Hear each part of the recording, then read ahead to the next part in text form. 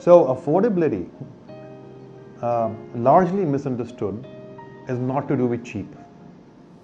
Is not to do with how cheap is a particular product or a building or a house or affordability has to do with the fact as to how do you symbiotically manage resources, right? So they're available to a lot many more people, right? Other than a select few.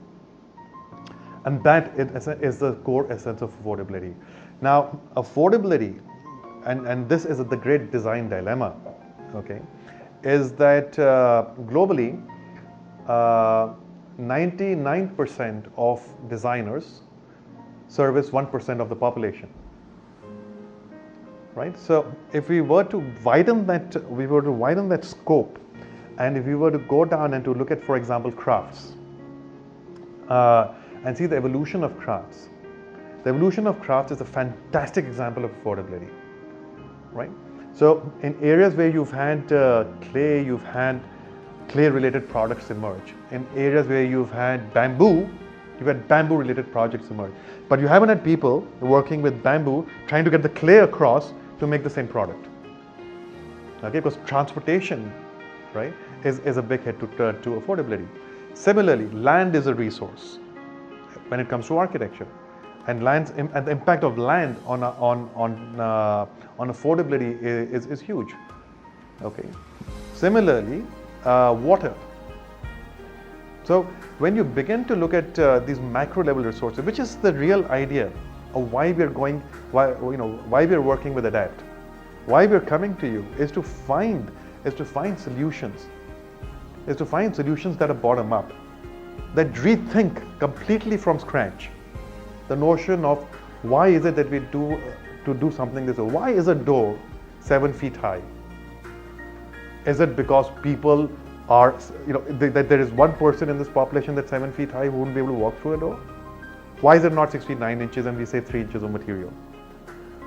Why is it that that a car, for example, can go at 100 kilometers per hour, and when driven rain and not get a drop of water inside, but it costs dramatically lesser than a lift, which is a box that goes up and down and does nothing else?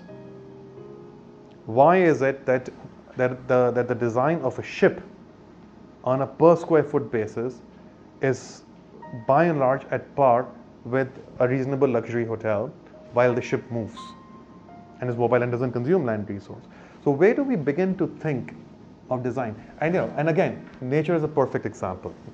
There is nothing that's wasted in nature, and that's the beauty of nature. At one level, nature is ruthless. So there'll be a billion seeds will be spread by trees, a few will germinate.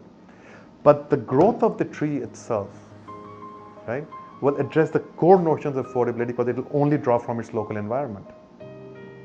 And it will find that symbiotic balance amongst with its local ecology, that water is well balanced.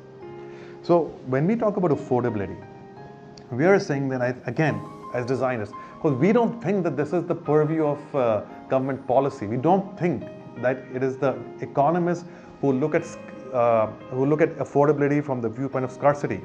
We are saying we will look at affordability from the viewpoint of abundance and find the balance of those resources.